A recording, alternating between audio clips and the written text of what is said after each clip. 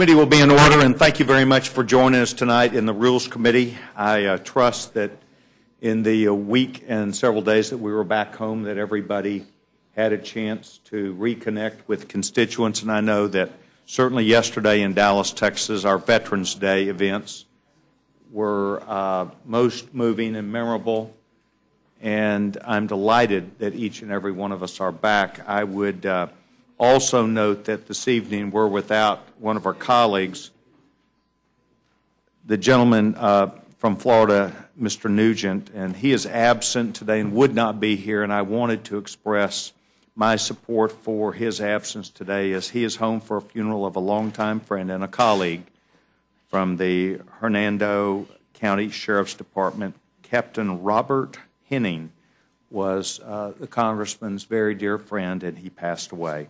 So we would wish Captain Henning's family and Congressman Nugent our deepest condolences this evening.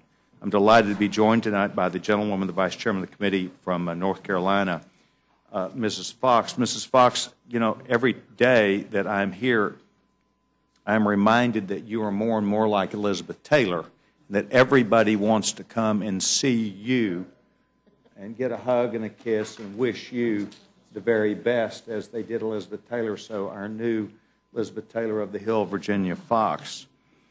Finally, I want to recognize what I spoke just a minute ago to Deborah Delaney Ike from the minority staff, who was married last month, and I want to congratulate her on a fabulous wedding. She said that she couldn't wait to get back to work, and I don't know how she expressed it to her new husband, but Deborah, congratulations. We're delighted with your new addition of being married. I also want to thank everybody for joining us today as our committee meets to consider two important pieces of legislation. And this is designed to improve our judicial system while protecting Americans from unnecessary litigation. First, the committee will consider H.R. 2655, the Lawsuit Abuse Reduction Act of 2013. I believe this is a common sense piece of legislation that makes meaningful reforms to our legal system by implementing mandatory penalties on plaintiffs' attorneys who file frivolous lawsuits. These frivolous lawsuits cost business and other individuals and taxpayers millions of dollars each year and clog our court system. Unfortunately, defendants must spend their own money defending themselves against these baseless claims without any avenue to recoup legal fees. H.R. 2655 aims to reduce frivolous lawsuits by requiring plaintiff attorneys to compensate the victims if it is a frivolous lawsuit. However, I want to be clear that this legislation does nothing to prevent legitimate lawsuits from being filed. It merely protects Americans from unnecessary, costly, and damaging litigation. Secondly, the committee will consider H.R. 982, the Furthering Asbestos Claims Transparency Act of 2013. This legislation injects integrity into the asbestos claim process by facilitating the sharing of information through quarterly reports that each trust must file with the appropriate court. This transparency will help prevent fraudulent claims and protect the limited resources available to those who really do spend time to protect and aid those individuals with legitimate asbestos-related illnesses, including many veterans that have served this great nation who find themselves trying to make sure that they find a court or venue that is properly done, and this money and the efficiency of the courts will be there to serve them. With that said, I note that we have two outstanding senior members of our body who are available today not only to give testimony but also expert advice. I would invite the gentleman, the chairman of the Judiciary Committee, the gentleman from Virginia, Mr. Goodlad, and also with great distinction, we welcome back Mr. Nadler. Mr. Nadler is the ranking member of the Court Litigation and Court Juris Subcommittee, and I'll let the gentleman. The Subcommittee on the Constitution and Civil Justice. I'm sorry, and I appreciate that. I remember when Howard Coble had this same subcommittee years ago. My staff is learning they have to write a little bit bigger print to help me out. I'm delighted that both of you are here. What we're going to ask is that first you provide testimony for 2655 lawsuit abuse, and then H.R. 982 without trying to mix up both those two. But we want this panel to be able to get their work done and then obviously to be excused in that process. And then we expect that there will be testimony by at least 2 other members who would be welcome on the backside of the hearing. Without objection, anything you have in writing will be entered to the record, and I would welcome both of you. With respect to the gentleman from Virginia, thank you for bringing these bills to the committee, and on behalf of the committee, I want to express my thanks to your excellent staff who has well prepared not only the members on this staff, including Mr. Woodall, but also the committee. And I'd like for you to know, Mr. Chairman, we appreciate the great work that was done so that we fully understand this bill and we're prepared for you today without exception. The gentleman is now recognized. Well, Mr. Chairman, thank you very much for allowing us to participate in this hearing, and thank you also for your excellent opening statement, which summarized both of these bills quite well, enabling me to put the 15 pages that I have before me into the record and to abbreviate my comments. First, with regard to the Lawsuit Abuse Reduction Act, this is important legislation introduced by Congressman Lamar Smith that would restore mandatory sanctions for frivolous lawsuits filed in federal court. Many Americans may not realize it, but today, under what is called Rule 11 of the Federal Rules of Civil Procedure, there is no requirement that those who file frivolous lawsuits pay for the unjustified legal costs they impose on their victims. As a result, the current Rule 11 goes largely unenforced. When there is no guarantee of compensation, the victims of frivolous lawsuits have little incentive to spend even more money to pursue additional litigation to have the case declared frivolous. H.R. 2655 would finally provide light at the end of the tunnel for victims of frivolous lawsuits by requiring sanctions against those who file them, sanctions that include paying their victims the full cost of their reasonable expenses incurred as a direct result of the Rule 11 violation, including attorney's fees. I would also note that this basically returns Rule 11 to its status prior to its amendment in 1993 when it provided for mandatory sanctions for frivolous lawsuits.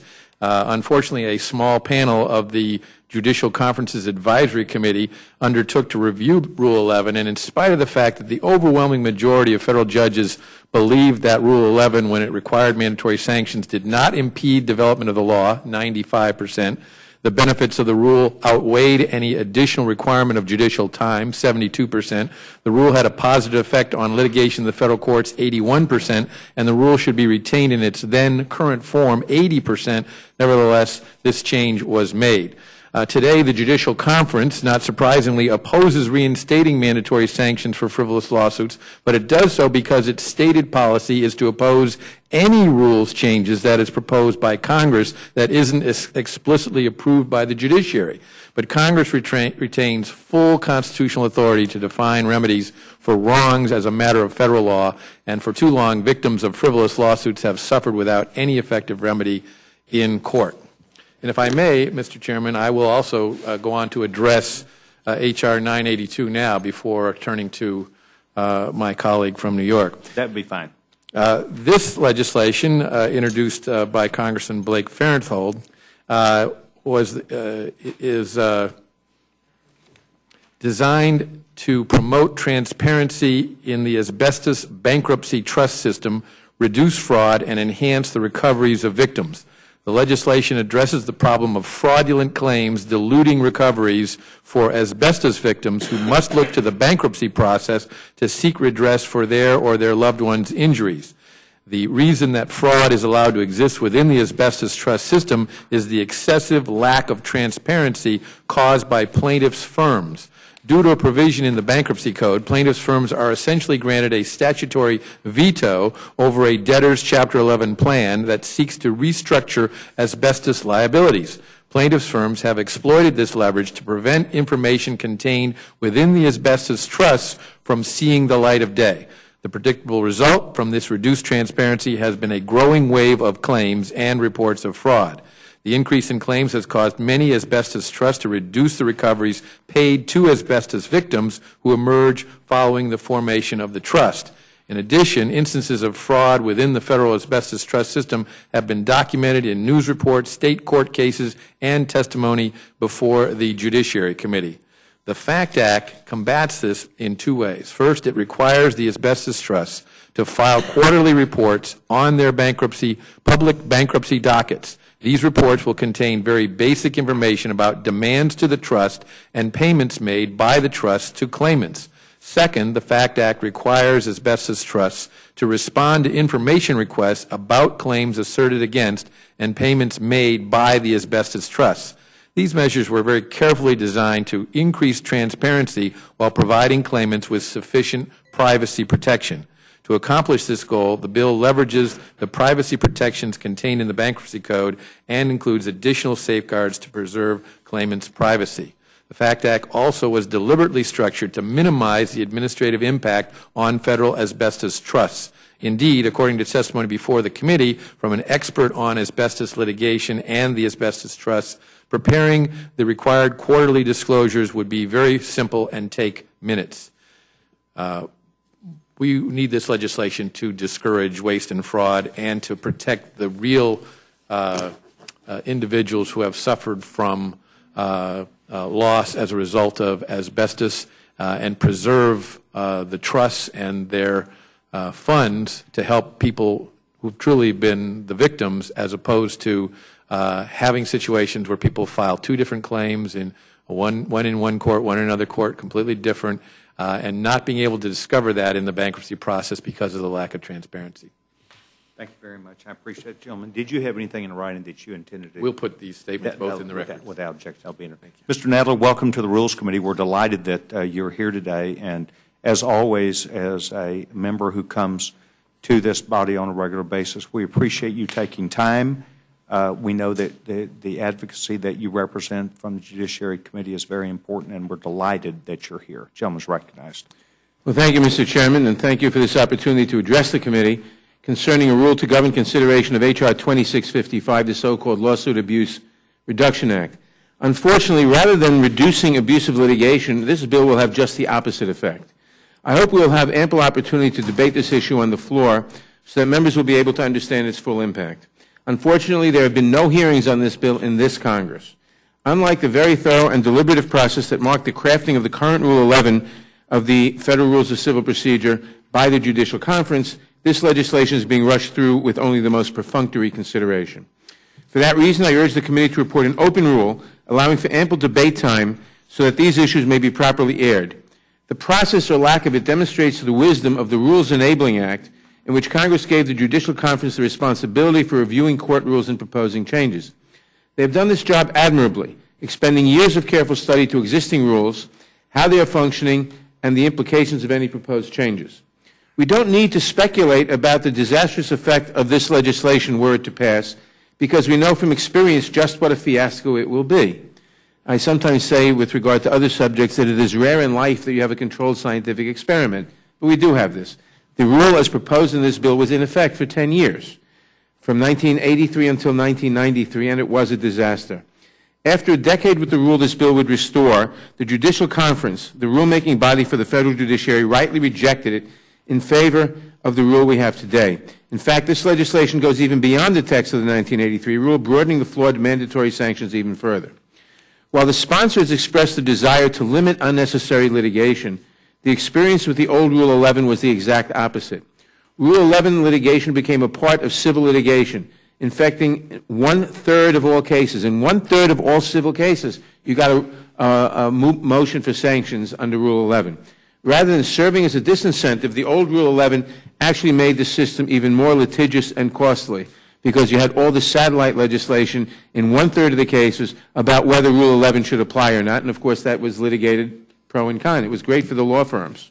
In the decade following the 1983 amendments, there were almost 7,000 reported Rule 11 cases, becoming part of approximately 1/3 of all federal civil lawsuits. Civil cases routinely became two cases, one on the merits and the other on dueling Rule 11 complaints, often by both sides. The drain on the courts and the parties' resources caused the Judicial Conference to revisit the rule and adopt the changes this bill would undo. In a July 23rd of this year letter to Chairman Goodlatte and Ranking Member Conyers, Judge Jeffrey Sutton of the United States Court of Appeals for the Sixth Circuit, who is the chair of the Committee on Rules of Practice and Procedure, and Judge David Campbell of the United States District Court for the District of Arizona, who is the chair of the Advisory Committee on Civil Rules, said, and I quote, "Experienced research and thoughtful deliberation have shown that there is no need to reinstate the 1983 version of Rule 11 that proved contentious and costly to litigants and diverted so much time and energy of the bar and bench. Doing so would add to, not improve, the problem of costs and delay that we are working to address. We urge you on behalf of the Rules Committee to not adopt the proposed legislation amending Rule 11." Close quote. So it is not quite accurate that the reason for the opposition of the Judicial Conference to this bill is simply that they want a monopoly on amending the rules. It's what they say here, that experience with the rule that this bill would reinstate was disastrous and added to everyone's costs on both sides, plaintiffs and defendants, and added litigation. Mr. Chairman, the courts have ample authority to sanction conduct that undermines the integrity of our legal system. But this legislation is the wrong solution in search of a problem. By taking us back to a time when Rule 11 actually promoted routine, costly, and unnecessary litigation, this bill is a cure worse than the disease. We know what this rule does, and the courts rightly rejected it almost 20 years ago. We should benefit from that experience, reject this legislation, and not go back to the disastrous experiment. We did this experiment for 10 years. It increased litigation, increased costs. Why would we want to do it again? I thank the committee for this opportunity to testify, and I'm happy to answer any questions you may have. I'd want to know, should I talk about the other bill now or wait for that? Yes, I would like for you to go ahead and speak about the second bill, which will be referred to as H.R. 982. The gentleman is recognized. Thank you, Mr. Chairman. I'm really delivering this on behalf of Mr. Cohen, who couldn't be here, who is the chairman or the ranking Democrat on the courts subcommittee, which is why perhaps you had the wrong subcommittee on your list. You know what? I believe I probably did read it wrong, and I appreciate the gentleman correcting that. Mr. Chairman, on its face, H.R. 982, the Furthering Asbestos Claim Transparency Act of 2013, or the FACT Act, seems like a reasonable measure. After all, who could possibly be against greater transparency? Yet after listening to the witnesses at 2 hearings about this bill held this Congress and the preceding Congress, as well as the markup debate before the Judiciary Committee, I am convinced that this bill fails to address any actual problems. In fact, the bill actually will cause several serious problems, and therefore I must oppose it. To begin with, the bill's reporting and disclosure requirements are an assault against asbestos victims' privacy interests. While the bill prohibits disclosure of an asbestos claimant's confidential medical records and full Social Security number, it nonetheless mandates that the trusts publicly report the claimant's name and exposure history, as well as the basis of any payment that the trust makes to the claimant. Given the fact that all of this information would potentially be available on the Internet, just imagine what insurers, potential employers, prospective lenders, and data collectors could do with this private information about victims of asbestos poisoning. Essentially, this bill would allow asbestos victims to be re-victimized by exposing their health information, not all of it, but enough of it, to the public, information that has absolutely nothing to do with compensation for asbestos exposure. Imagine prospective employers looking up this information online. What an invasion of privacy for no purpose. Another problem with the bill. So the first problem with the bill is that it really victimizes the asbestos victims by putting a lot of their private information public and online. Another problem with the bill is that it is fundamentally inequitable. The bill shifts some of the costs of discovery away from those who injured millions of unsuspecting Americans. It shifts some of the costs of discovery from them to asbestos bankruptcy trusts, the entities that Congress authorized to help compensate these victims. So it would take money away from the trusts, money that should be used to compensate asbestos victims. Existing discovery rules already require an extensive amount of disclosure with respect to compensation received by asbestos claimants. This bill is nothing more than an end run by asbestos defendants around the discovery process available under non-bankruptcy law.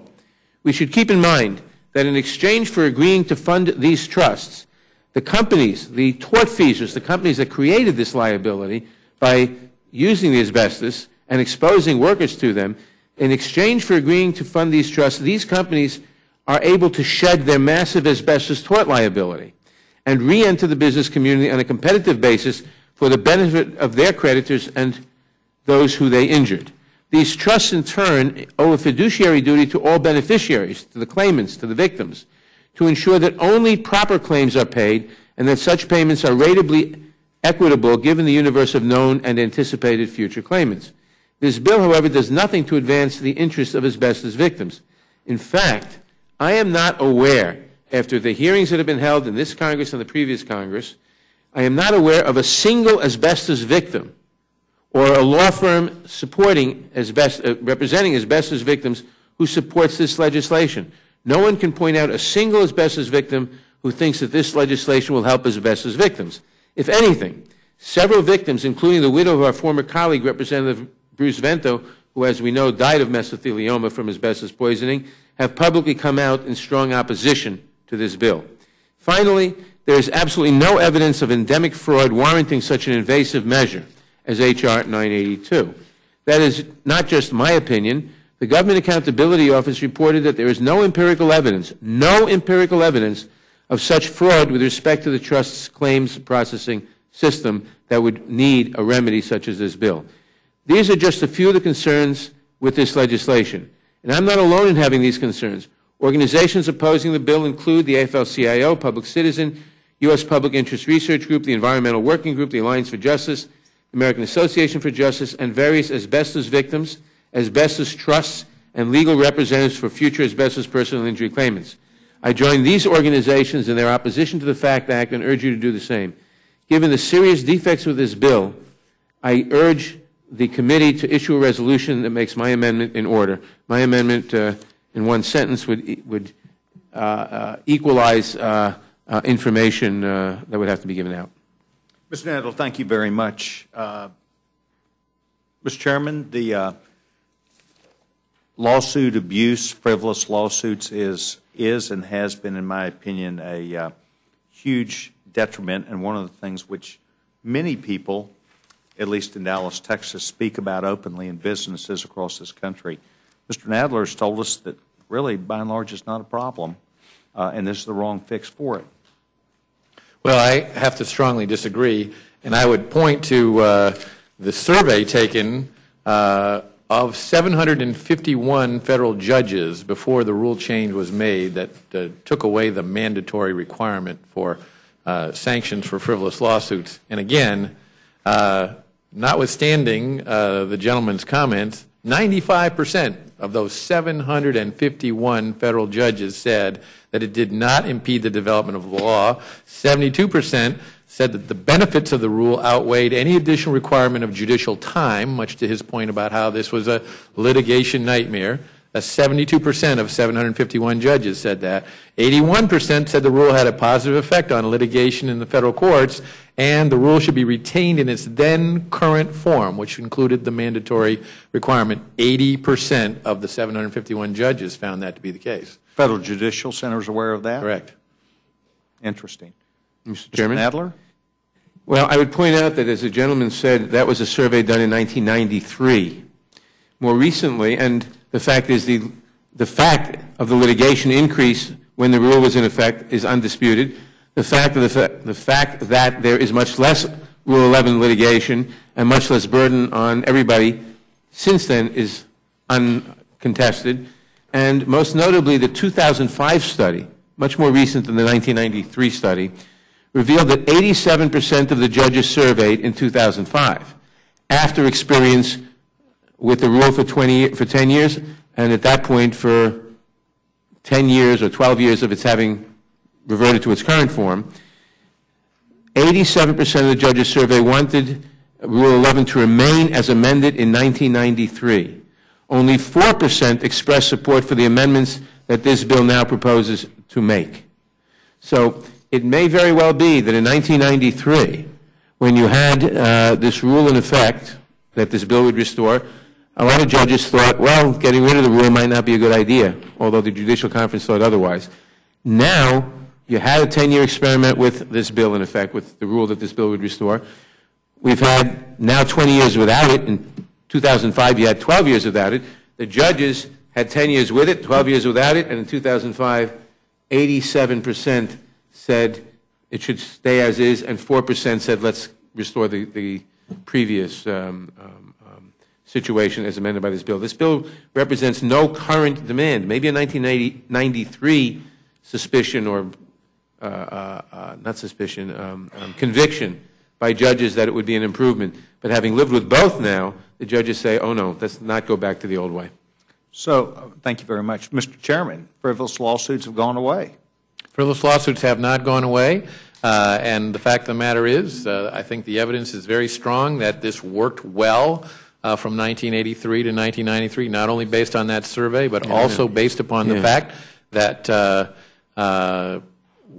opponents of this legislation frequently note that there were 7,000 reported Rule 11 court rulings in the decade 1983 to 1993. But let's put that in context. There are 268,000 lawsuits brought in our federal courts each year. So 700 cases out of 268,000, 7,000 over a 10-year period. And take note of 94 U.S. district courts. That's about 7.5 cases per district court and about 1 case for each federal district court judge per year. But it has a positive effect. The fact that judges subsequently, when the rule was changed to give them more discretion, didn't want to take that discretion back to this situation, I think should not be the only thing we look to. We ought to look to how they felt about it when they were living with that before any change was made. Interesting. Mr. Nadler.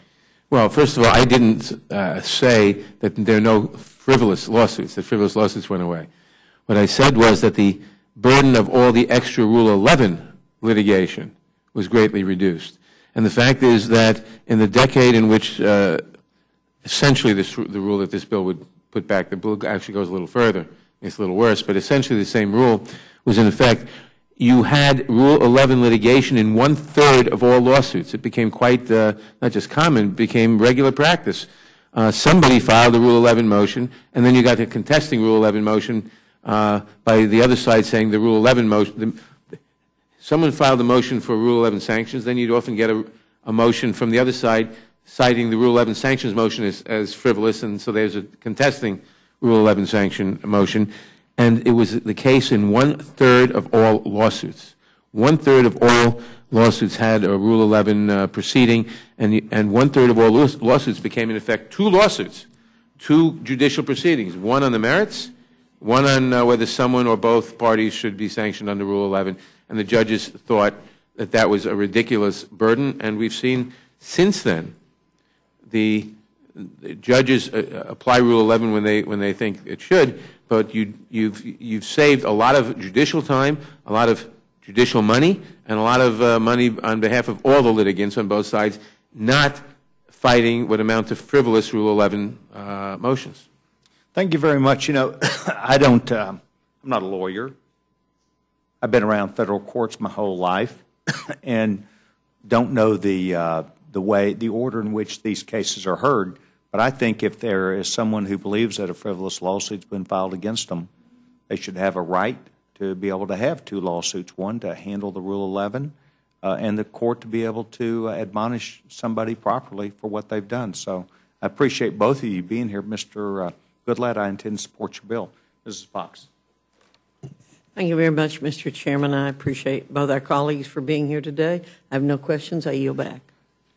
We now would like to yield to our own federal judge, former federal judge that we have, the gentleman from Florida, Judge Hastings. Thank you, yes, Mr. Chairman. Mr. Goodlatte, on this bill, did you have hearings? We had hearings in the last Congress on this bill, but we did not on this Congress. The legislation is identical. All right. And on 982, were there hearings that allowed for the asbestos victims to be heard?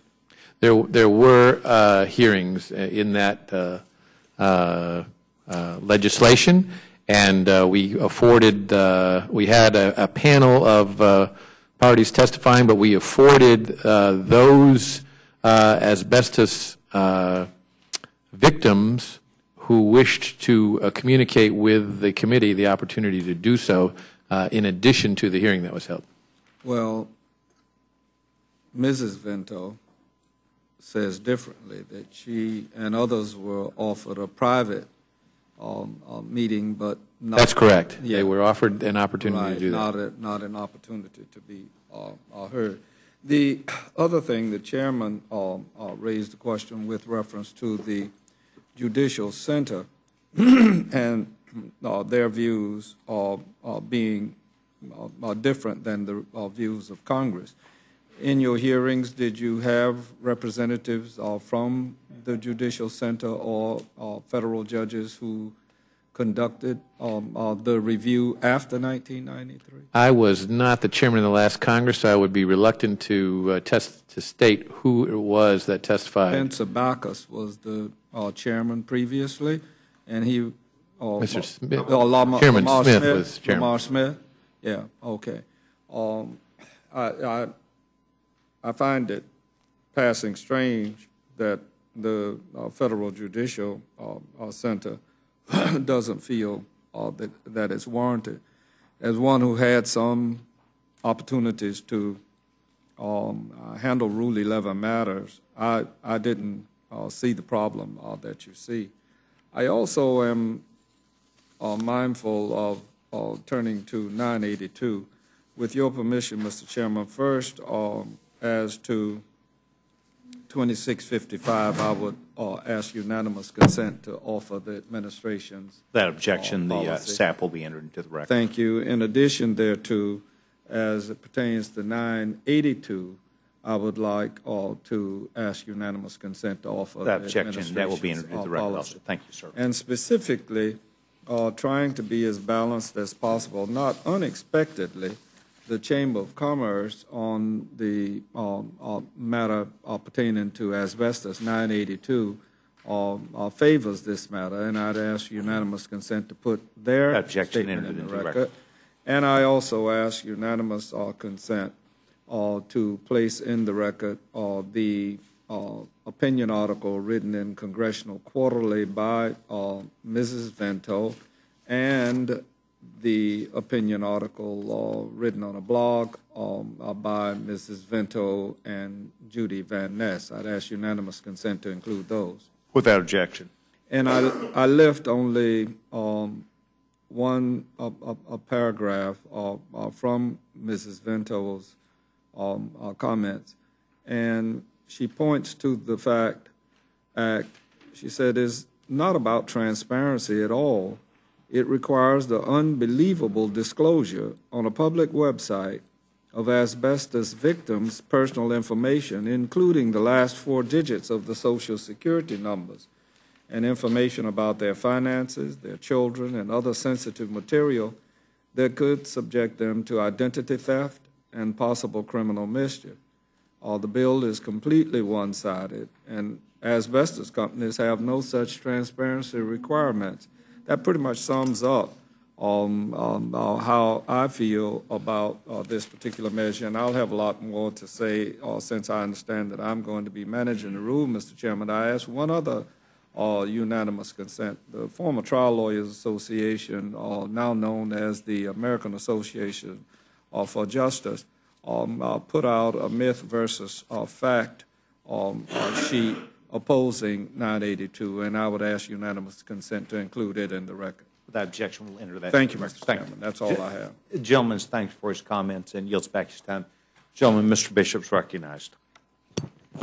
Thank you. I appreciate that. I appreciate some of the questions Mr. Hastings gave, because he answered, or you answered his question about hearings in past sessions.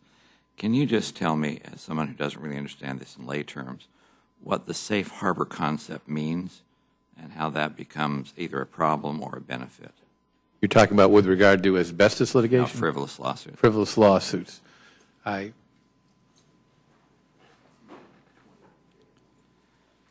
Oh, yeah, okay, absolutely. Well, under current law, you can bring a lawsuit and then withdraw it within 21 days without facing any sanctions. And we think that promotes abusive practices as well, because someone can go in, push for settlement of a case, threaten to do it, and then if they find out that things aren't going the way they thought they would and think they might face some sanctions, they withdraw the case within 21 days. Are there unfair costs that are associated with somebody trying to defend themselves against a frivolous lawsuit if you have that 21-day window? Sure, because you receive a demand letter usually well in advance of the lawsuit being filed, and then once that occurs, your company, your lawyers go into overdrive trying to figure out whether there's any merit to this, and a lot of effort is put into it many times before the lawsuit's even filed. But then even after the lawsuit's filed, you can be preparing a response to file in court and a lot of other costs that I don't think an individual should bear if the suit is indeed frivolous. So when does the 21-day clock start counting, start ticking? I would presume that it begins ticking from the date that the pleadings are served on the defendant. Right. Thank you. I'll yield back. Gentleman yields back his time. Gentleman, Mr. Pope's recognized. Thank you. I have a couple questions for the chair. Certainly, asbestos tort has been a long-standing issue for decades. I think it's my entire life, pretty much. People have been talking about how to address it. But there are additional issues that your committee has been working on that are under your jurisdiction that in terms of the size of the economy and the dollars are even greater. As you know, the Senate passed comprehensive immigration reform 4 months ago. I just read an estimate that the failure of this body to act has already cost taxpayers $4.9 billion. As you know, according to the scoring of the Senate bill, $135 billion over 10 years is what comprehensive immigration reform would save. Your committee, however, of course, has been busy in this regard. It's my understanding you've passed 4 bills in committee with regard to immigration reform, and I would certainly encourage this body and this committee to our chair, of course, Mr. Sessions of Texas, to take up H.R. 15, which is the House version of the Senate bill with a very strong bipartisan co-sponsorship. But I have heard previously the chairman Goodlatte indicate that the preferred approach from his perspective was what some call piecemeal, or a number of different bills. The committee has produced 4 bills, and in fact this Lara bill that we're considering, the committee reported out September 11th, the asbestos bill May 21st. I question the why these 2 bills are being brought forward here in one of our very precious few weeks, as you know, before the end of the calendar year. I think perhaps one of 3 or 4 weeks we have, a very limited number of legislative days, as opposed to making good on the chairman's commitment to bring forward piecemeal or, of course, comprehensive immigration reform, including some work that passed the committee prior to either of these bills. So I'd like to ask sort of why the choice of these 2 bills to schedule for the floor this week instead of working on the much, again, not detracting from the importance of these bills, but the much larger importance of the immigration issue.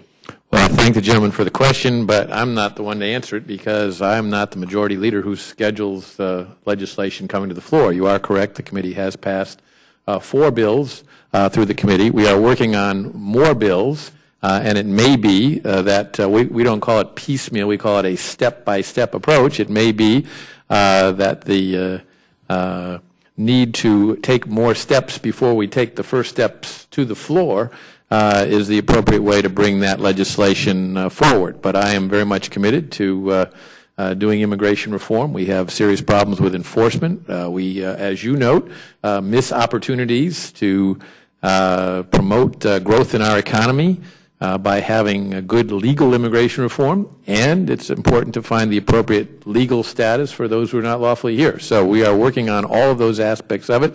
But the scheduling of legislation on the floor is not my jurisdiction. Well, given, of course, the purview of both the majority leader as well as our committee in preparing things for the floor, I wanted to give you the opportunity to ask perhaps our committee to prepare your bills for advancing to the floor. If you feel that the work product for your committee is something that you feel our Rules Committee should take up and advance to the floor, I'd be happy to yield to the chair. I do appreciate the gentleman not only bringing up this issue, and I fully expect that the gentleman whose advocacy some 2 weeks ago when we were on the floor was most vigorous and a welcome conversation. I would say to the gentleman that the question that is related to a immigration bill really has been given, and that is that I believe that the Chairman of the Judiciary Committee has held hearings. He's had a number of hearings on this, that there are, as the gentleman knows, there was the group of members initiated by Republicans that included Democrats who tried their very, very best of at least 4, 5, or 6 different people who tried to work well together, and they were unable to accomplish that. That went on for really a majority of the year, and that I believe the chairman of the Judiciary Committee, in the conversations that I've had with him, and the majority leader are attempting to work through issues, because there is not complete agreement as you work through a larger group of people outside of those that were dedicated and devoted to doing it. They were unable to do it. And so, in fairness, I would say to the gentleman, I'll be pleased to take this question over and over. It is a question that this body is going to address piecemeal, step by step is what the term is, and we'll continue to do that. And I appreciate the gentleman asking questions, but I do know that with the remaining time that is left this year, with what was known as the CR and the debt limit, that we, including this committee, tackled a number of huge issues that still remain in front of this committee. I intend to focus my activities on the remaining piece parts of the year, and as we go into next year, that will be my focus. So, with that said, I will look forward to the committee as they choose doing those things, and I will remain focused, as well as this committee, on the day-to-day functions and trying to make sure that we work together to get our appropriations bills, to make sure we understand what a budget, sequestration, and CR mean to every one of us. And I appreciate the gentleman, and I would yield back my time. And thank the gentleman. Sure. I inquire of we'll go to the ranking member. Inquire of my chair, Mr. Sessions, as well, whether, and then I'll inquire of the chair of the judiciary as well. Is there any indication you can give with regard to the timing for this step-by-step or piecemeal bills, or at least providing time to debate this topic of immigration? Thank you very much, and I would respond back to the gentleman as I perhaps alluded to. What I'm trying to do is to focus on the things that we need between now and the middle of February, and I am unable to provide any time frame. I believe that when I do try and make statements, I try and talk a lot about the things I know and not much about the things I don't know, and so I would put that in that latter category. Thank you. And I would just want to ask the same question of the Judiciary Chair, if he has any indications of the timing for step-by-step or comprehensive or whatever. We continue to work on it, and as bills are produced and hearings held on them and markups in the committee, we will continue to progress on the issue. I'm very committed to addressing immigration reform, but at this point, that's the best indication I can give you. We're committed to continue to work on it. Go to the ranking member, Constitutional Subcommittee. Thank you. I thank you for the question. I'm going to give a very different answer. I sometimes think that, we're very polite to each other, and we're talking in an academic bubble and ignoring the reality. The reality is that regardless of the merits of these two bills, they're one-house bills. The Senate is not going to consider them. They're going to be brought to the floor to waste time, so that we don't get to issues that may get us somewhere, like in the comprehensive immigration reform bill.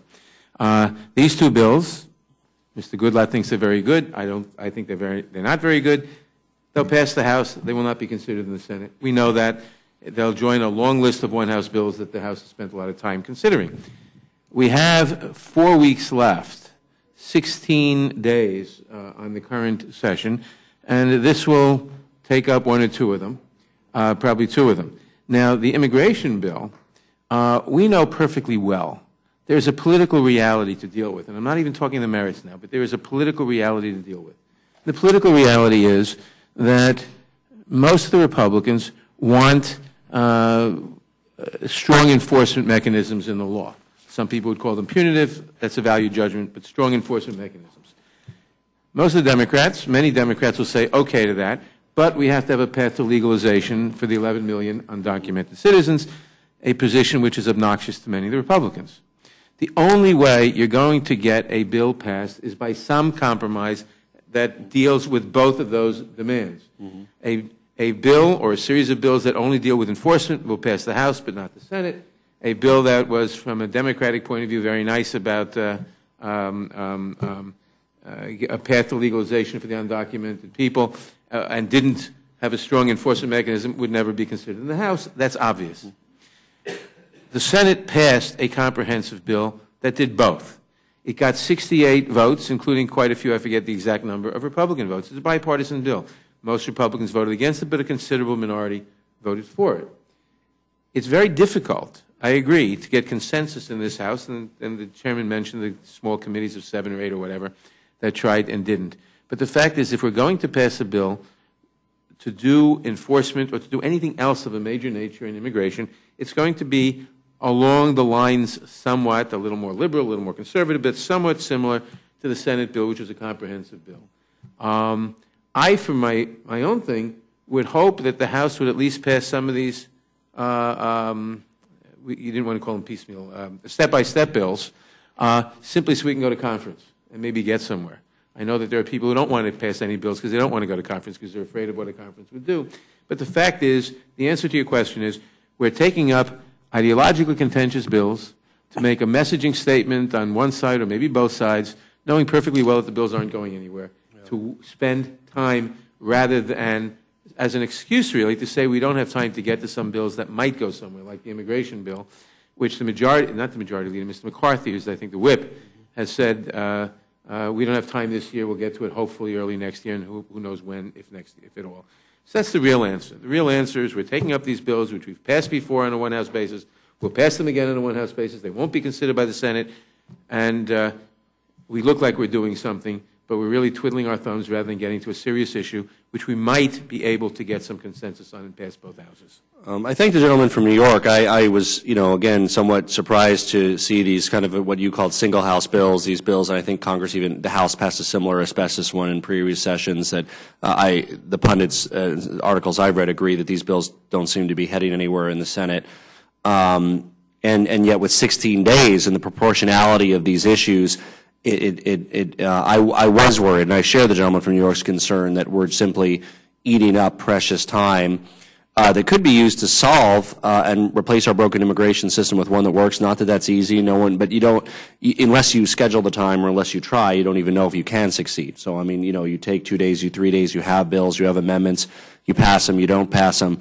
Not taking them up is guarantee not to succeed in fixing our broken immigration system. And I hope that not only our committee, I think our entire House is likely unanimous in believing that something is wrong, something is broken. I mean, whether it's security, whether it's people here illegally, I mean, clearly there's an issue. I don't think anybody would argue it's not an issue. I haven't heard anybody argue it's not an issue. But it does take our precious time to solve. It really does. And I hope that if this keeps us busy through this week, I truly hope that next week, Mr. Chair, and I'm about to yield back to the chair, and I'm just making my concluding remarks. I truly hope that if not this week, next week, we can at least begin the work here of advancing some sort of measure on immigration reform. I'm happy to yield back to the chair. Well, thank you for yielding your time. I will not consume the committee further than I did wish to engage the gentleman. We can do that offline, and thank you very much. As the gentleman knows, I don't think we speak past each other. I think I would say that everyone that I know that brings up this issue speaks directly. We look each other in the eye, and we try and deal with that. And I encourage the gentleman to, as he chooses, to bring this issue up, not only directly to me, but others that he chooses. Gentleman yields back his time. Gentleman, Mr. Woodall is recognized. Thank you, Mr. Chairman. I hadn't planned on talking about immigration, but I want to say thank you, Mr. Goodlatte, for taking those bills up step by step.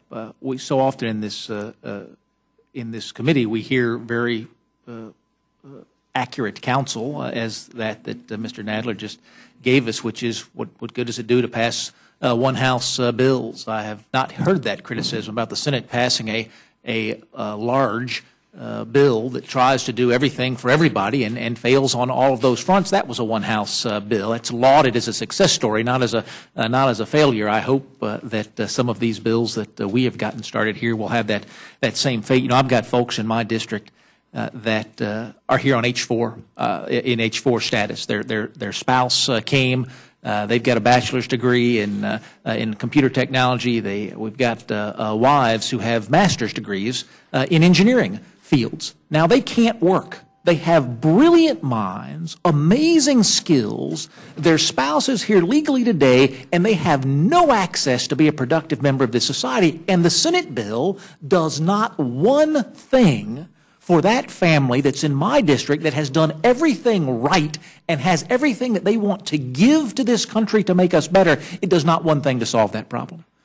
I have folks in my district, if they're trying to get their sister or brother in from Mexico, they had to file their papers in the 1980s in order to have their number coming up right now. Those families have been separated for decades. That Senate bill talks so much about separating families, but does nothing to speed that process along for those folks who have done everything right for 20 years and are still separated from their families. It's unconscionable. You look at what they did on border security, absolutely no new ideas, no solutions, but threw $30 billion at the problem. Your committee is working step by step to say, you know what, we might get this 218 votes on border security over these that are the best ideas that we have. We may get a different 218 votes on interior enforcement because that's going to be the best idea we have. And we may get yet a different 218 votes on work visas because that's a different issue that we have. Why in the world this body insists, and I've only had a voting card for 3 years, but why we insist on doing things 2,400 pages at the time instead of 24 pages at the time is a mystery to me. It is not easy what you are doing, but I am so grateful to you for doing it because I can look folks in the eye back home and say we have all sorts of opinions across the immigration spectrum, and when these bills come to the floor, you're not going to get an take it or leave it all or nothing package. You're going to get to express where we are as a community, where we are as a district, one bill at the time, and I'm grateful to you for that. If the gentleman would yield, Be happy to yield. I appreciate your remarks, and I would add to them that had over the last 20 years that I've been advocating that we address a whole host of different problems with various aspects of immigration law, had we taken each of those up individually and passed them instead of being held hostage, well, you can't do one thing unless you do everything, we would not be in the situation we are in today with regard to our broken immigration system. I was telling Telemundo yesterday that very thing, that folks want to talk about. This is a divisive issue. I would say for so much of immigration reform, it's really a uniting issue. And the question is, what's good for America?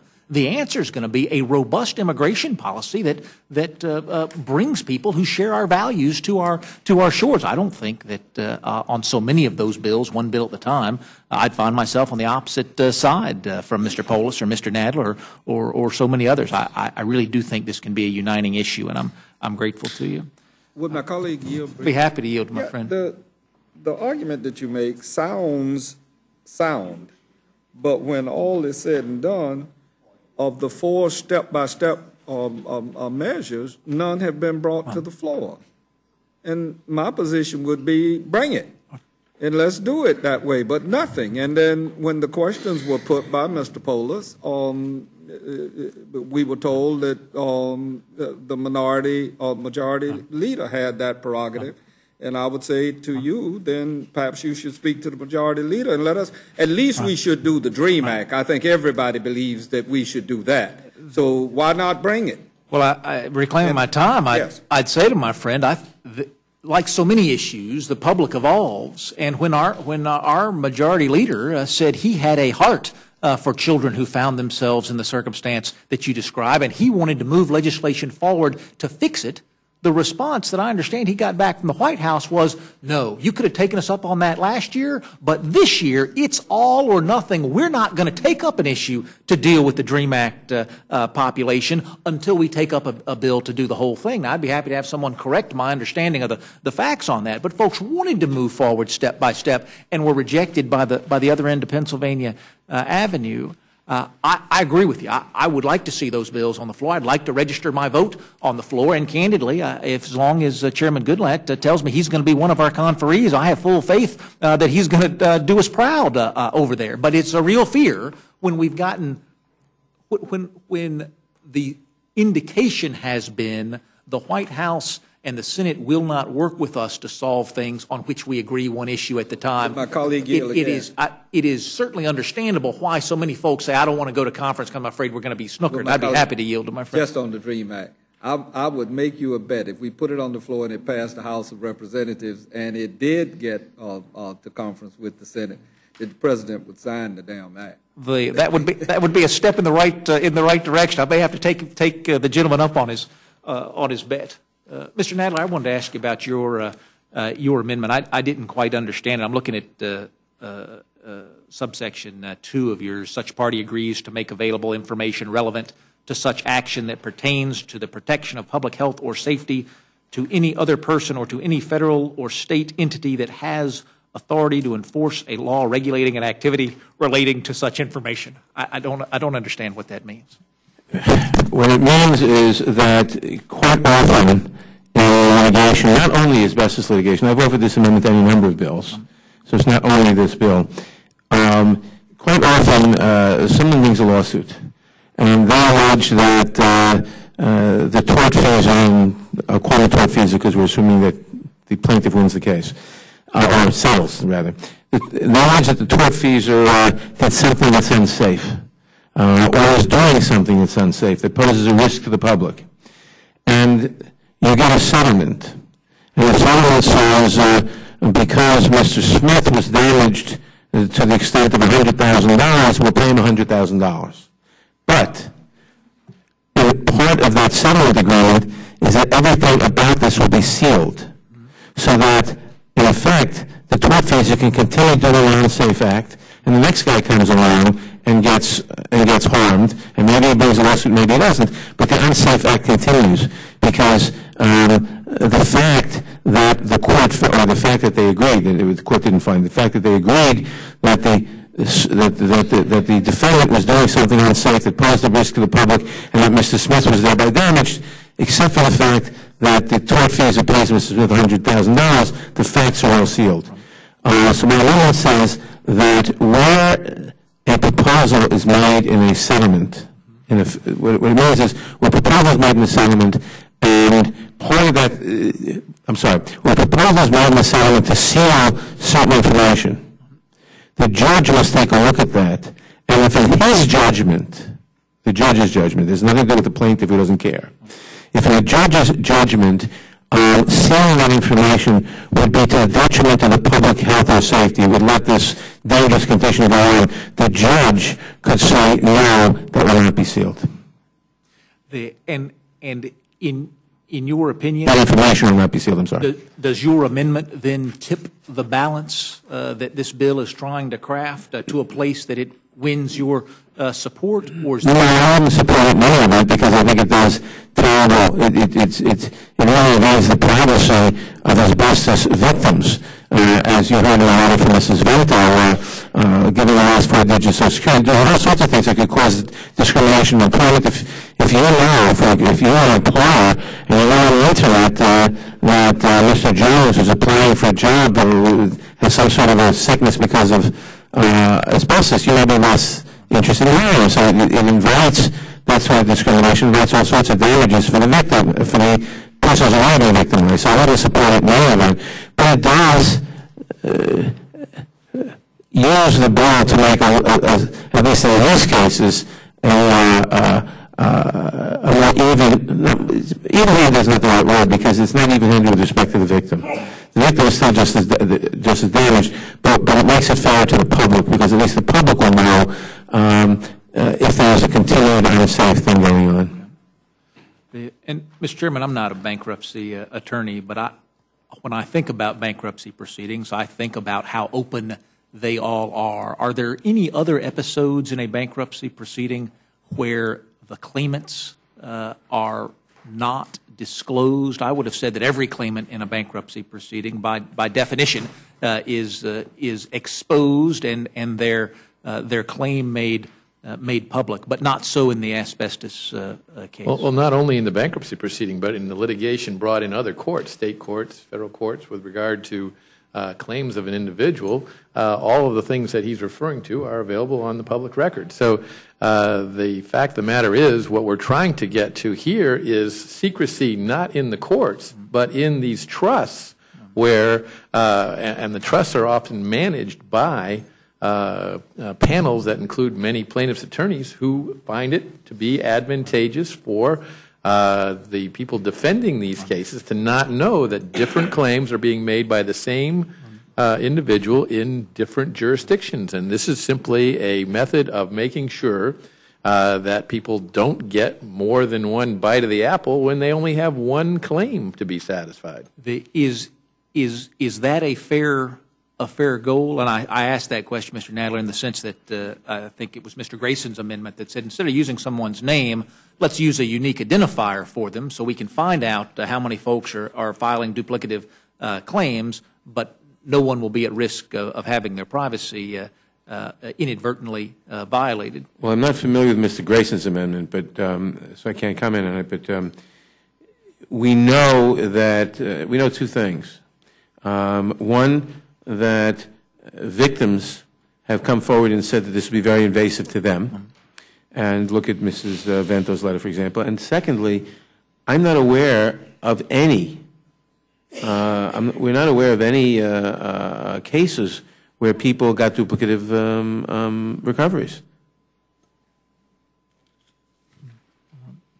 Mr. Chairman, I thank both witnesses and yield back. Chairman yields back his time. Thank you very much. Gentleman from Florida is recognized. Thank you, Mr. Chairman. It seems to me like comprehensive ought to be a dirty word by now. Aren't we in the middle of trying to implement a comprehensive package that has fallen flat on its face? I noticed the other day that 3 people from Delaware have signed up to get the Affordable Health Care Act. It was supposed to cost less than $1 trillion. Now it's going to cost twice that amount. All these things, we've taken the law and pared it down to about half of what it was, and disregarded some provisions, delayed other provisions, repealed some of the provisions. And now here we are with just a smaller bill with a bunch of regulations, and it's still, quote, a comprehensive package that's failed. And it's not going to be anything compared to what happens a year from now when the corporate mandate goes into effect. I mean, we talk about thousands and millions of people losing their insurance while only a few 100,000 sign up for the act. Comprehensive should be a dirty word. So thank you for doing the step-by-step approach to immigration reform. I think that's the better approach. You get an opportunity to actually vet all these issues before they become law and work our way through them. So I think it's a great thing. But I do have a question about H.R. 982. Is there anything in this that would in any way trump any current state laws regarding asbestos lawsuits? I'm consulting with my counsel, but I do not believe so. This is intended to make it very clear that we're not going to have duplicative claims that go undiscovered. That's the purpose of this legislation. But the FACT Act does protect states' rights. The asbestos trusts subject to the FACT Act are authorized under 524G of the Bankruptcy Code, a federal statute, and are overseen and subject to the rules of bankruptcy courts, which are federal courts. The FACT Act does not impact state court discovery laws or state court processes. Indeed, the FACT Act committee report clearly states, quote, the FACT Act does not disturb or supersede any applicable state discovery laws or rules. On the contrary, any information received pursuant to a written request would remain subject to the discovery laws and rules applicable to the relevant state court proceeding. The lack of disclosure in federally authorized asbestos trusts is a federal problem that requires a federal solution. Well, in your opinion, then, would the goal of this piece of legislation be to make sure that those that are the sickest are paid first or moved to the top, or there would be more opportunity for them to be compensated? Absolutely. The goal here is to make sure that limited assets, and obviously companies that have found themselves in bankruptcy, many of them because of asbestos litigation, that those assets that are being now held in these trusts are preserved for those people who have legitimate claims and not to meet duplicative needs that some are brought through the bankruptcy system and some are brought through state courts and could result in, claimants receiving multiple recoveries or recoveries for 2 different illnesses one alleged in one court, one alleged in another court, but both related to asbestos. The transparency is needed to assure that the funds are preserved and properly made available to those who have the most pressing claims. Yeah, Mr. Nadler. Yeah, I just want to comment not on the question of the states, but on the question of this, if this bill helps victims. Why do we have letters from just about every single organization of victims opposing it and saying things like this? We oppose the so-called FACT Act because it would make it harder for patients and their families to seek justice and easier for the asbestos companies to delay cases and pay out less to the victims. It would force victims seeking any compensation to reveal personal information, et cetera, and information about their families and kids. Can I, at the same time, reclaim my time? I have an ancillary question then. Aren't most of these cases brought in state courts? Is that correct? No, I think the answer is no. I mean, I know there are some in federal, but aren't most of the asbestos cases brought in state courts? I believe, and do not hold me, I believe the answer is no, because these companies are going bankrupt, so technically they're in bankruptcy court, and that's why we set up these trusts. And that's federal. I think the chairman may agree or disagree with what I just said. Well, I would just say that I think most of these claims are now in bankruptcy proceedings because of what's happening to these companies. So, again, proceedings brought in different courts without knowing that a different claim was brought elsewhere is important. Well, I was thinking more of the claims against the trust fund itself. Transparency by the trust fund is what we're asking. Yeah, okay. Yeah. Let me expand on that further.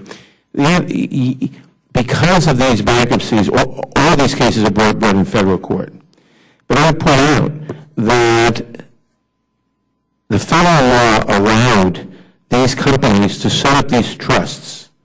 These trusts are given a certain amount of money and take all the liability away from the companies. The companies, if it weren't for the fact that these trusts were set up, would have liability that might result in their liquidation. That's why they're in bankruptcy court, why the trust was set up. But the trusts that we've set up here are an aid to these companies, which otherwise would have these tort cases in state court. This is an end run, if you want to call it that, or I don't want to be pejorative. It's a way of getting around the state courts and protecting the companies by limiting their liabilities to what is put into the trusts. So once that is done, which it was done, and which most people think was not a bad idea, now this bill would tilt it against, and let me say that, insofar as bringing us into the bankruptcy courts and setting up these trusts limits the liability of the companies, which it does, it limits the funds available to victims for recovery. And that's already something that, I don't say it's against the victims because arguably the companies wouldn't exist, but it limits the funds that are legally available for claims by victims. Now we're coming and we're going to make it harder for the victims to access those. And on the spurious claim, for which there's no evidence whatsoever that there's some sort of endemic fraud going on, for which we haven't seen. Well, as I said, I can give you, if the gentleman would yield further, I can give you anecdotal cases, and there are reports in the Wall Street Journal and in other respected publications regarding the extent of this problem. The reporter there found hundreds of cases with duplicative claims. But this is not intended in any way to harm the claim of the asbestos victim. Quite the opposite. All it does is assure that there are not duplicative claims. And it does so with a transparency requirement that is minimal, and as has been noted in other lawsuits, you have to make this information public as a part of your pleadings in the lawsuit. So simply putting it together and having the trusts disclose the information that they have so they can be matched up with the other trusts to make sure that there are not duplicative claims is the focus of this legislation, and I don't think it in any way impairs the rights of the victims. In fact, I would argue that the true victims, those who are having claims come to the fore now because this is a disease that can be latent for many years, they need to be able to be assured that there are going to be funds remaining for them and not used up in duplicative, frivolous, and fraudulent suits. Mr. Nadler, you have something else to Thank add? you. Yes, I do. There's an old Roman question, an old Latin question, cui bono, who benefits? Here we have a piece of legislation, allegedly to make things fairer, to prevent the duplicative cases. Yet every organization of asbestos victims is opposed to it. And who's supporting it?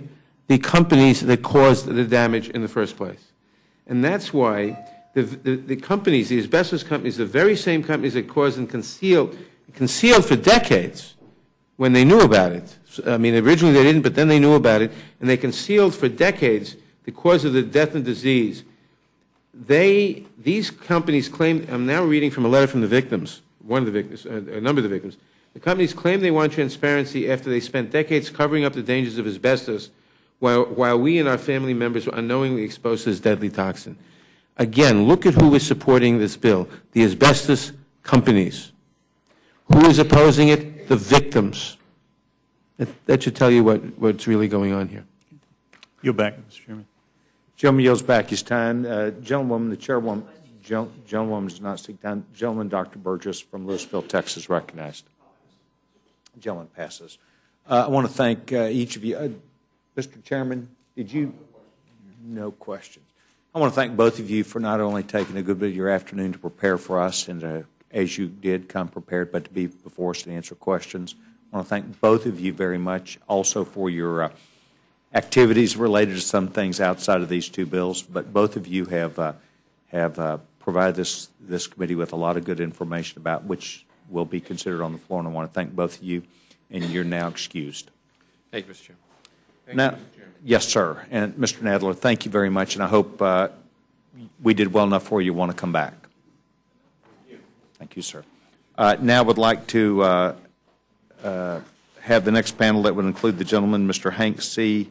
Johnson from Georgia, and the gentleman here, as I understand, is to give testimony on H.R. 982, furthering Asbestos Claim Transparency Act of 2013. If the gentleman has anything in writing without objection, we'll enter that into the record. The gentleman is now recognized. Thank you, Mr. Chairman. I urge the committee to make an order my... Excuse me, if the gentleman could yield just a second. If the gentleman could pull the microphone a little bit closer to you, the hearing room will allow us better access. Thank you. All right. Thank you, Mr. Chairman. I urge the committee to make in order my amendment to protect the privacy of an extremely vulnerable class of persons, namely asbestos victims and their families. The FACT Act would require the trusts to publicly disclose extensive amounts of private information about asbestos victims on a public website. The FACT Act requires asbestos trust funds to file quarterly reports on a public website that describe each demand the trust has received, including the name and exposure history of a claimant and the basis for any payment from the trust made to such claimant.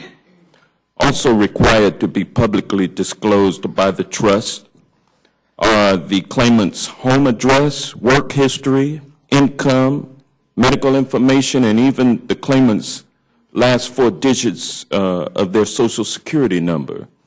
Any person in the world can use this information for any purpose. It's a serious threat to asbestos victims' security and privacy, and it's also an unnecessary and unfair advantage bestowed upon the tortfeasors. The truth of the matter is that such information is already available to the tortfeasor during the course of the litigation. Federal and/or state rules of civil procedure allow a defendant to gain all relevant information about a claimant's exposure during the discovery process. Moreover, a defendant's discovery request should never justify the publication of a plaintiff's entire medical history Without adding important privacy safeguards, nothing would stop rampant identity theft or the misuse of a claimant victim's personal information, including the victim's entire medical history. My amendment would strike the portions of the bill that require this overbroad, unnecessary, abusive, and punitive reporting. Why is it necessary for a claimant to give up their right to privacy just because they seek to recover damages arising from exposure to asbestos? My amendment would replace this language with an aggregate reporting requirement that does not require the publication to the world of the personal information of the asbestos victim. By making my amendment in order, this committee would achieve the stated goal of the FACT Act. It would empower asbestos litigation defendants with relevant information at trial by providing the public with additional reporting on asbestos trusts. Most importantly, it would do this without compromising the privacy of asbestos victims and their families. Asbestos victims who seek compensation for their injuries should retain the same privacy protections as other patients and as other litigants making claims for personal injuries. Thank you, Mr. Chairman. I thank the gentleman for his testimony. I have no questions. Gentleman, Mr. Bishop is recognized. No questions. Ms. McGovern. I just want to thank the gentleman for coming before the committee, and I think his amendment makes a lot of sense, and I support it. Thank you. Gentleman yields back his time. Chairman Cole. No question. Judge Hastings. Gentleman has no questions. Is there anyone on the committee that has seeking time for any questions? Gentleman, Mr. Woodall is recognized. Just one question, Mr. Chairman. As Mr. Johnson and I share one of the finest counties in all of the United States of America in beautiful Gwinnett, my understanding from the chairman was that the essential part of this bill for curbing fraudulent or duplicative actions was individually identifiable information. My reading of your amendment is that it's going to aggregate all of the information, so there would be no individually identifiable information, which, for my reading, would do a lot to neuter the bill entirely in its stated purpose. Is there any value in the underlying text if your amendment is added to it, or does it render the underlying text moot? I believe that the latter would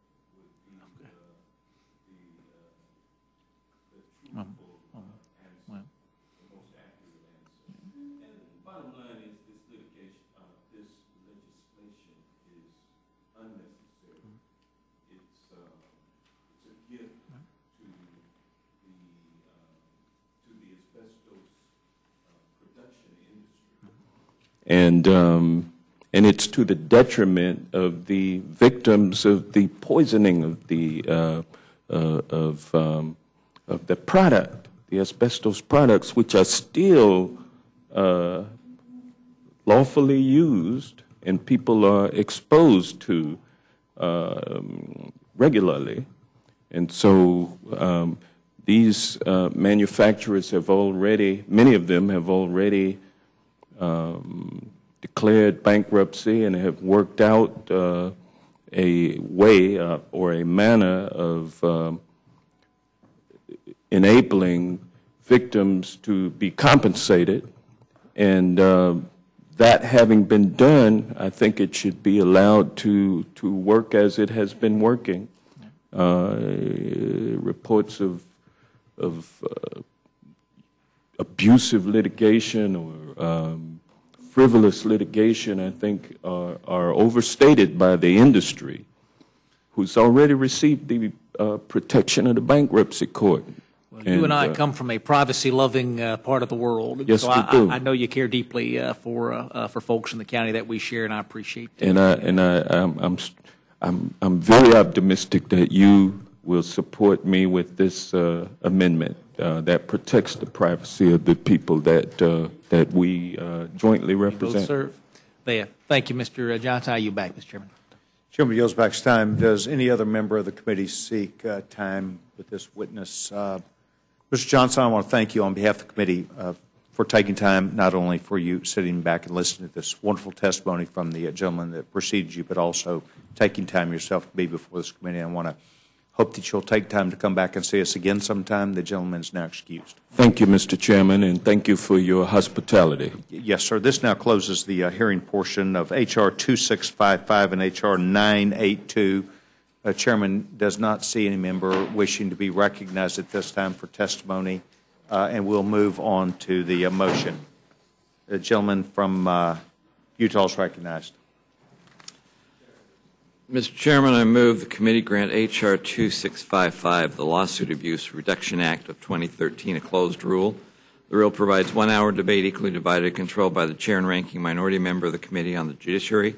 The rule waives all points of order against consideration of the bill and provides that it should be considered as read. The rule waives all points of order against the provisions in the bill. The rule provides one motion to recommit. The rule also provides for consideration of H.R. 982, the Furthering Asbestos Claims Transparency or FACT Act of 2013, under a structured rule. The rule provides for 1 hour general debate equally divided and controlled by the chair and ranking minority member of the Committee on the Judiciary. The rule waives all points of order against the consideration of the bill and provides that it shall be considered as read. The rule waives all points of order against provisions in the bill. The rule makes it in order only those amendments printed in the Rules Committee report. Each such amendment may be offered only in the order printed in the report and may be offered only by a member designated in the report, shall be considered as read, shall be debatable for the time specified in the report, equally divided and controlled by the proponent and an opponent, shall not be subject to amendment, shall not be subject to the demand for division of the question. The rule waives all points of order against the amendments printed in the report, and finally the rule provides one motion to recommit with or without instructions. You've now heard the motion from the gentleman from Utah. Is there further discussion on amendment? Gentleman from Massachusetts recognized. I'd first like to ask unanimous consent to insert in the record a statement by Congresswoman Sheila Jackson Lee of Texas. Without objection. That'll be entered in the record. And then, Mr. Chairman, I have an amendment to the rule. I move the committee grant H.R. 982 and H.R. 2655 each an open rule so that all members have an opportunity to offer amendments to the bills on the floor. Appreciate the gentleman's amendment. Provide information related to that, which will allow the committee to make what I believe can be a proper vote against that. 2655, there were no amendments in the notice that was given to the House, and 3 of the 4 amendments for the second bill, 982, were accepted, would be in the rule, would be accepted. Those in favor of yes, sir. You know, Mr. Chairman, you're making it sound like if no amendments were submitted and you can't give the bill a structured rule, then the default is a closed rule. And why isn't the default an open rule? We could amend the resolution right now and give H.R. 2655 an open rule. That way, members can decide that they want to offer amendments when the bill's up on the floor. An amendment could be debated and voted upon. Openness should be the default, not closed, not a closed process. I appreciate the gentleman's perspective. Further discussion? Those in favor of the McGovern amendment signify by saying aye. Aye. Those opposed, no. No. Noes have it. Noes have it. Further amendment or discussion? Seeing none, the vote will now be on the motion by the gentleman from Salt Lake City. Those in favor signify by saying aye. Those opposed, no. No. The ayes have it. Ayes have it. The gentleman from Utah is recognized for correction of the chair. Mr. Chairman, I'm Brigham City, not Salt Lake City. I appreciate the That gentleman hurts, correcting the chairman, and I will apologize, and we will strike that as the necessary. I appreciate the gentleman. The gentleman from Georgia. You were from Massachusetts. And the gentleman from Massachusetts will be handling this. No, the gentleman from Florida. The gentleman from Florida will be handling the bill. As previously noted, the gentleman made that announcement earlier, perhaps before the gentleman was there. But Judge Hastings, I'm sure that you and Mr. Woodall will do a great job representing the committee. I would advise the committee, I think we're already aware, but at 3 o'clock Thursday, 3 o'clock p.m., the committee will be back ready to hear testimony from the gentleman, Chairman of the Energy and Commerce Committee, Mr. Upton. And so we've now finished our work today, and I hope everybody has a good evening. Committee's now finished its work.